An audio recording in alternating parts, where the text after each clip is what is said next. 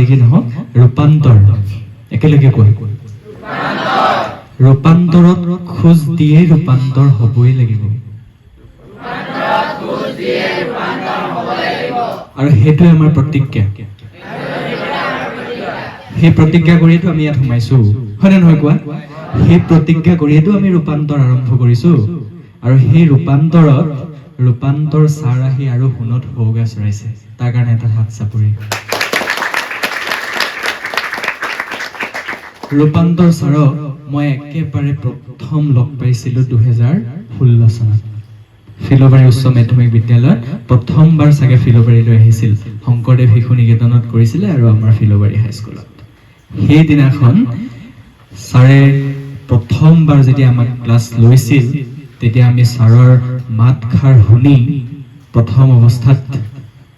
আমি ভাবিছিলো যে ক্লাছটো চাগে খুব বৰিং হ'ব প্ৰথম অৱস্থাতেই ছাৰে আৰম্ভ কৰিছিলে সাবকনচিয়াছ মাইণ্ড কনচিয়াছ মাইণ্ড আৰু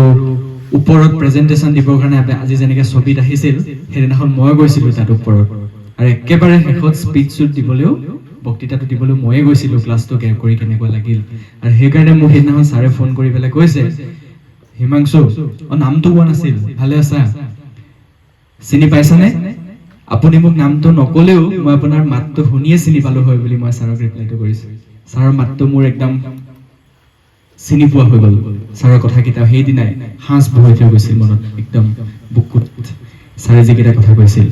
আৰু সেইকাৰণে ছাৰৰ ক্লাছটো পোৱাৰ লগে লগে ফিলবাৰী হাইস্কুলত মই আৰু এটা ক্লাছ পাবৰ কাৰণে মোৰ ইমানেই হাবিয়াস হৈছিল মই শংকৰদেৱ শিশু নিকেতনত পুনৰ 2017 চনৰ সৰস্বতী পূজাত মাতি পঠিয়াইছিল ছাৰক সেইদিনাও মই সৰস্বতী পূজা নকৰাকৈ মই ছাৰৰ ক্লাছ কৰিবৰ কাৰণে শংকৰদেৱ শিশু নিকেতনলৈ দৌৰিছিলোঁ কোনো ষ্টুডেণ্ট যোৱা নাছিলে